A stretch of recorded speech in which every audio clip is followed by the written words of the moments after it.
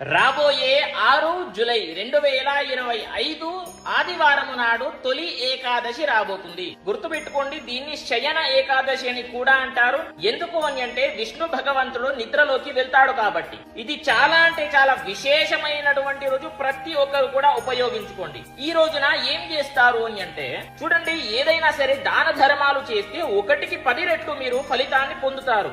అది ఉపవాసమైనా సరే, దాన ధర్మాలైనా సరే. దాన ధర్మాలు అని అంటే అన్నదానమైనా సరే, వస్త్రదానమైనా సరే, లేదా ఒక బ్రాహ్మణుడికి ఒక పూట భోజనమైనా సరే, అది స్వయం పాకమైనా సరే, అదే విధంగా మీరు అది మీ శక్తిని బట్టి దాన ధర్మాలు చేసుకోండి. కానీ నేను చెప్పేది మాత్రం ఖచ్చితంగా పాటిస్తే గనక మీకు విశేషంగా ఫలితాలు పొందుతాయి.